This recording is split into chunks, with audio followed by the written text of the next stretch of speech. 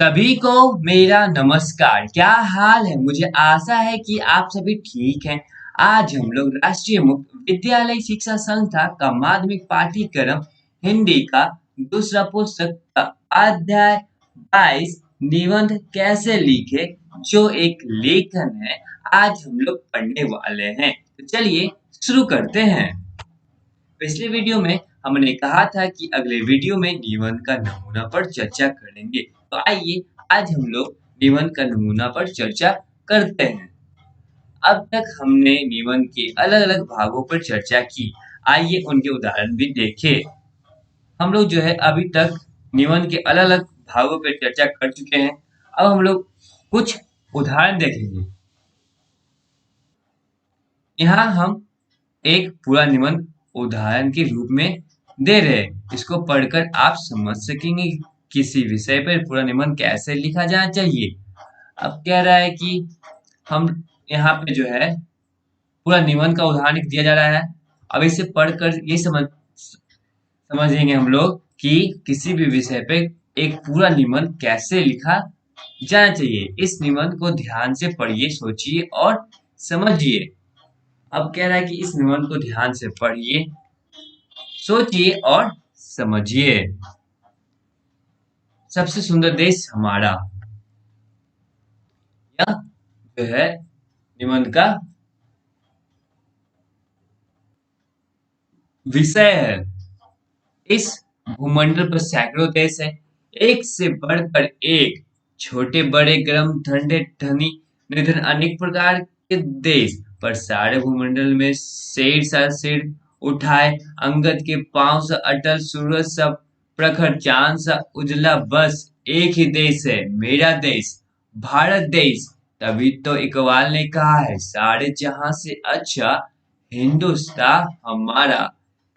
तीन तीन सागर रात दिन इसके चरण पखारते हैं, अथाह सागर की लहरें एक पर एक आकर इसके तटों पर से पटकती है, पर इसकी ठाह नहीं पाती, निराश लौट जाती है। प्रकृति ने इसे अपनी प्रियतम पहचान दी है, बर्फीला हिमालय इसे भव्य रूप देता है, सुंदरतम बनाता है। कश्मीर से उत्तर पूर्व प्रांतों तक फैला हिमालय सदा धवल, सदा शीतल, ऐसा है कि इसका मुकुट गंगा यमुना इसके गले का हार है। सतलुज, नर्मदा, ताप्ती, महानदी, कृष्णा, कावेरी इसकी मनिया है, इसका जीवन है। विंध्य है, सतपुड़ा इसके कमरबंद है, अरावली श्रृंखला इसकी धूसर अलंके हैं। ऐसा सुंदर सलोना मोहक है इसका रूप, तभी तो देवता भी मेरे देश में जन्म लेना चाहते हैं। अब इस प्रकार जो है एक निबंध पूरा खत्म हो चुका है। मैं माफ करना, मैंने ध्यान नहीं दिया था। अभी निबंध खत्म नहीं हुआ, वो अभी आधा ही हुआ है। अब आगे पढ़ते हैं। मेरे देश की धरती सतरंगी है, कहीं हरे भरे खेत तो कहीं सरसों, कहीं सूरजमुखी का पीलापन तो कहीं टेसू की लालिमा, और कहीं गेहूं धान के रंग बदलते खेत। केरल के तार नारियल काजू कहवा के बगीचे, सतपुड़ा के घने वन, कश्मीर की केसर की क्यारियां, असम के चाय के बाग, सब मिलाकर मेरे देश की सौंदर्य को हजार गुना कर देते हैं। मेरे देशवासियों की भूसा देखिए, रंगीले राजस्थान की ओढ़नी, गुजराती पाग, पंजाबी सलवार कुर्ता, हरियाणा की घाघरी, बनारसी साड़ियाँ, कश्मीरी फिरन, हर प्रांत का कोई न कोई विशेष पहनावा इतना सुंदर, इतना मोहक कि विदेशी पर्यटक देखते ही रह जाते हैं। तीज त्योहार हो या मेले उत्सव हो, मेरे देशवासियों के कंठों से लोकगीतों की लहरें फुटकर सारे वायुमंडल को गुंजा देती है। नाचते पैरों की थिरकन तो बस देखते ही बनती है, साथ में इतने विविध वाद्य की बस पूछिए मत। विशेषताएं तो और भी हैं, मेरे देश में इतने बड़े देश को सौंदर्य को भला शब्दों में कैसे बांधा जा सकता है। अनेक कवियों ने लेखकों ने इसकी प्रशंसा में बहुत कुछ लिखा है, पर इसके सौंदर्य का संपूर्ण वर्णन कोई नहीं कर सका। नित बदलते रूप का संपूर्ण वर्णन भला कैसे हो सकता है। हर भोर इस देश में नया रंग भरती है, हर शाम इसे नया रूप देती है। हम तो बस इतना ही कह सकते हैं, सबसे सुंदर सबसे प्यारा देश हमारा। तो इस प्रकार जो है निबंध समाप्त हो चुका है। अब हम लोग क्रियाकलाप 22.4 बनाने का प्रयास करेंगे। अब हम लोग पढ़ने वाले हैं निबंध लेखन से पूर्व की तैयारी। निबंध लिखने से जो कुछ तैयारियां की जाती हैं उनके बारे में अभी हम लोग चर्चा करने वाले हैं। निबंध लिखना आरंभ करने से पूर्व निम्नलिखित बातों का अवश्य ध्यान रखा जाना चाहिए। कह रहा है कि निबंध लिखने से आरंभ यानी कि इसको शुरुआत करने से पूर्व जो है कुछ बातों का अवश्य ध्यान रखना चाहिए। पहला है विषय का चुनाव। अब किस प्रकार का विषय का चुनाव होना चाहिए उनके बारे में चर्चा करते हैं। प्रश्न पत्र में प्राय 5-6 विषय दिए होते हैं। आपको उनमें से किसी एक पर निबंध लिखना होता है। अब जो है प्रश्न पत्र में जो है हमेशा जो है 5 से 6 विषय दिए जाते हैं। अब उसमें से किसी एक पे आपको निबंध लिखना होता है। अपने लिए विषय चुनते समय देखें कि आप किस पर अच्छा निबंध लिख सकते हैं। ये भी बात सही है। जब आप विषय चुन रहे होते हैं 6 विषय के ऑप्शन में से, तो आप ये देखकर चुने कि आप किस पर अच्छा निबंध लिख सकते हैं। जिस विषय की जानकारी अच्छी हो, जिस पर आपके अपने विचार या धारणाएं भी हो, शायद उससे संबंधित एक दो उक्तियां भी याद हो, उस विषय को चुन लीजिए।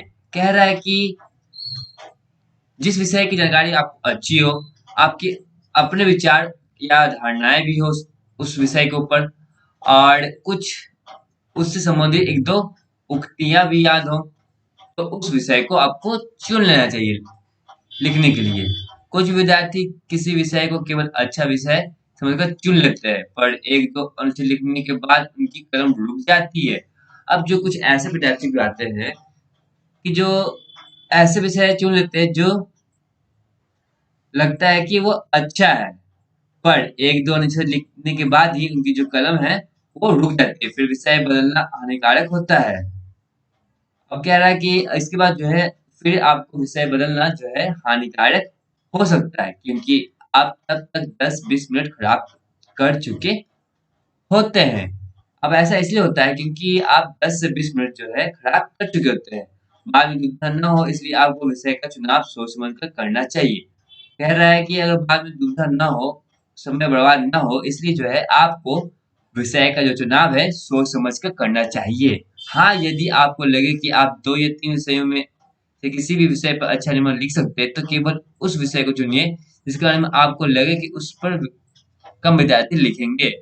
अब कह रहा है कि कभी-कभी ऐसा भी हो सकता है कि आपको 2 या 3 विषय से अधिक या 2-3 विषय पे भी आपको अच्छा निबंध लिखना आता हो, पर आप उसी विषय को चुनिए जो विषय जो है आपको लगे कि उस पे जो विद्यार्थी लोग हैं वो कम लिखेंगे।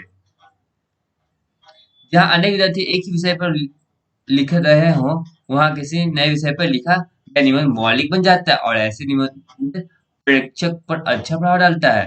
अब कह रहा है कि जहाँ जो बहुत सारे विद्यार्थी जो हैं वो एक ही विषय पे निबंध लिखते हैं, तो वहाँ आप एक नया निबंध लिख दीजिएगा, तो निबंध जो है मौलिक बन जाता है, और ऐसा जो निबंध होता है वो परीक्षक यानी जो कॉपी चेक करता है उस पर अच्छा प्रभाव डालेगा। रूपरेखा का निर्माण। अब हम लोग रूपरेखा का निर्माण के बारे में पढ़ने वाले हैं। मनपसंद विषय चुनने के बाद कॉपी के सबसे पीछे वाले रफ काम वाले पेज पर आप उसकी रूपरेखा बना लीजिए। अब कह रहा है कि अगर आप मनपसंद विषय चुन लेते हैं, उसके बाद आपको क्या करना है कि कॉपी के जो सबसे पीछे वाला जो रफ वाला होता है पन्ना, उस पर आप उसका रूपरेखा जो है बनाकर तैयार कर लीजिए। भूमिका वर्णन और उपसंहार में आप क्या क्या देना चाहेंगे इसका निर्धारण पहले से कर लेने पर लिखने में सुविधा होती है। अब कह रहा है कि भूमिका और वर्णन में और उपसंहार में जो है आपको क्या-क्या देना चाहते हैं, उसका निर्धारण जो है आपको पहले से करके लेना चाहिए, जिससे आपको बाद में जो है लिखने में सुविधा होगी। इससे निबंध में क्रमबद्धता बनी रहती है और दोहराव नहीं होता। अब इससे क्या होता है कि निबंध में जो है क्रमबद्धता बनी रहती है और दोहराव नहीं होता है। जैसे महानगर का जीवन विषय चुनने का रूपरेखा कुछ इस प्रकार की हो सकती है। अब कह रहा है कि जो महानगर का जो जीवन है, उसके ऊपर अगर लिखा जाए तो उसका रूपरेखा जो है कुछ इस प्रकार हो सकता है। पहले है भूमिका, नगर और महानगर। महानगर इसे कहते हैं। फिर दूसरा पॉइंट है महानगरों की विशेषता। मेरा महानगर, इसका जीवन। अब है विषय वस्तु वर्णन। महानगर में भीड़-भाड़, आवास की समस्या।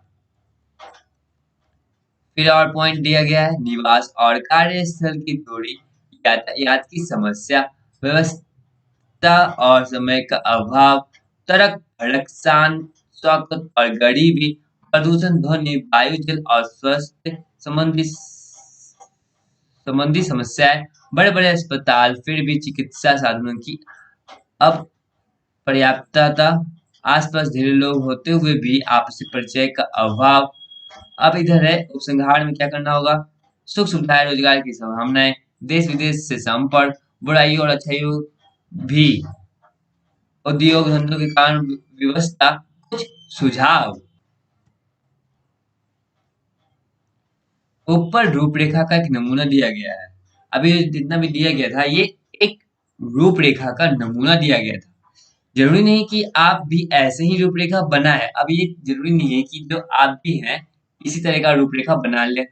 भूमिका में आप फिर औद्योगिक विकास के कारण गांवों से शहरों की ओर हो रहे पलायन का उल्लेख कर सकते हैं। कह रहा है कि भूमिका में जो है आप सिर्फ औद्योगिक यानी कि फैक्ट्रियों के विकास यानी कि बिजनेस व्यापार का विकास के कारण जो है गांव से शहर जो आते हैं लोग, उन पलायन जो कर रहे हैं उनके बारे में आप जिक्र कर सकते हैं। वर्णन में आप चाहे तो महानगरीय सुख सुविधा पर बल दे सकते हैं। अब चाहे तो आप महानगरीय सुख सुविधा पे भी आप बल दे सकते हैं और चाहे तो केवल गरीब वो और के बेबस बेसहारा जीवन पे। अब चाहे तो आप गरीबों के बारे में भी लिख सकते हैं कि उनका जीवन कैसे बेबस और बेसहारा होता है। आप उपयुक्त विषय पर अपनी रूपरेखा के अनुसार निबंध लिखना शुरू कीजिए। अब कह रहा है कि जो उपयुक्त विषय है उस पे अपनी रूपरेखा के अनुसार यानी आप अपना रूपरेखा बना लीजिए। अब उस पे आप निबंध जो है लेखन शुरू कर दीजिए। पहले शीर्षक दीजिए और भूमिका का अनुच्छेद आरंभ कर दीजिए। अब कह रहा है सबसे पहले आपको क्या करना होगा कि शीर्षक देना होगा और उसके बाद आपको भूमिका का अनुच्छेद जो है शुरुआत कर देना होगा। क्रियाकलाप 22.5 बनाने का प्रयास करें।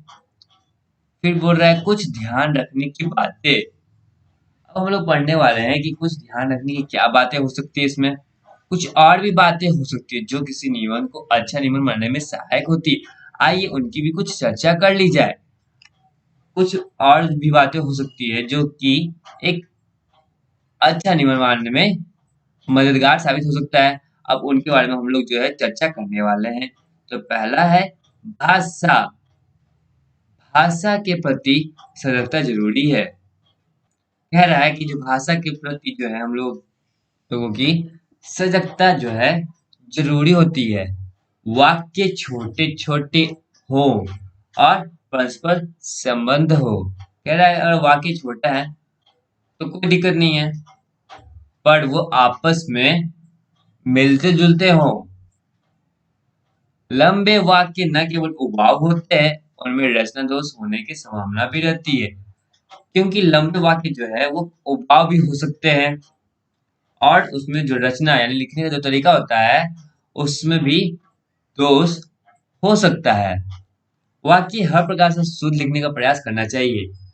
जो वाक्य है वो हर प्रकार से शुद्ध लिखने का प्रयास करना चाहिए। वर्तनी की अशुद्धियां से बचे। वर्तन की जो अशुद्धियां हैं यानी कि जो शब्द अर्थ होते हैं, शब्द होते हैं वो उनकी गलती, उनकी उनकी स्पेलिंग की गलती से जो है बचना चाहिए। आवश्यक नहीं कि शुद्ध तत्सम या कठिन शब्दों की भरमार हो। अरे जरूरी नहीं है कि शुद्ध तत्सम या कठिन शब्दों का ही भरमार हो। सरल प्रचलित शब्दों का प्रयोग निबंध को स्वाभाविक बनाता है।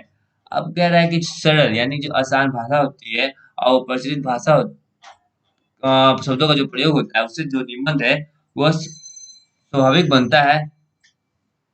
हाँ, अंग्रेजी, अरबी और फारसी शब्दों के अनायास प्रयोग से बचना चाहिए। और एक बात और कह रहा है कि अंग्रेजी, अरबी और फारसी के शब्दों के जो अनावश्यक यानी कि बिना काम वाले जो है मतलब ज़्यादा कोई ज़रूरत नहीं है, उन शब्दों से जो है उनके शब्दों उन शब्दों से है प्रयोग करने से बचना चाहिए। जैसे मिष्ठान विक्रेता तत्सम के स्थान पर मिठाई का दुकानदार या मिठाई वाला या मिठाई बेचने वाला सब चल सकते हैं। अब कह रहा है कि जैसे क्या चीज़ है मिष्ठान विक्रेता, ये तत्सम शब्द है। अब उनके स्थान पर जो है हम लोग मिठाई का दुकानदार या फिर मिठाई वाला या फिर मिठाई बेचने वाला जो शब्द है वो लिख सकते हैं। पर स्वीट मर्चेंट शॉप लिखना ठीक नहीं। कह रहे अब ये भी ठीक बात नहीं है कि आप स्वीट मर्चेंट शॉप लिख दीजिए। आपने इस पुस्तक के स्थान स्थान पर मुहावरों के प्रयोग ध्यान से पढ़े होंगे। अब जो कह रहा है कि इस पुस्तक में जो है आप स्थान स्थान पर मुहावरे का जो प्रयोग है वो ध्यान से पढ़े होंगे। आप जानते हैं कि मुहावरे भाषा में डाल देते हैं। क्या आप जानते हैं कि जो मुहावरा है वो भाषा में जान डाल देता है। अतः यथासंभव आप उनका भी प्रयोग करें। अब कह रहे हैं अगर हो सके तो आप उनका भी प्रयोग कर सकते हैं। अब दूसरा है, क्या है दूसरा? रूपकार। निबंध लिखना सीख लेने पर जीवन में बड़े बड़े निबंध लिखने का अवसर भी आपको प्राप्त हो सकता है। अगर आपको निबंध लिखना आ जाता है, आप सीख लेते हैं, तो जीवन में जो है आप बड़े बड़े निबंध लिखने का जो है आपको अवसर मिल सकता है। आप ऐसा अवसर पा सकते हैं, परंतु परीक्षा में आपको केवल 300-400 शब्दों का निबंध लिखना होता है। लेकिन जो परीक्षा में है वो आपको सिर्फ और सिर्फ 300 से 400 शब्दों में जो है निबंध लिखना होता है। भूमिका और उपसंहार के एक एक अनुच्छेद पर्याप्त है। अब जो भूमिका है और उपसंहार है उसके एक एक अनुच्छेद जो है पर्याप्त है। इसके अतिरिक्त 3-4 अनुच्छेदों में विषय से जुड़े कम से कम 4 बिंदुओं में विषय वस्तु का विस्तार पर्याप्त है।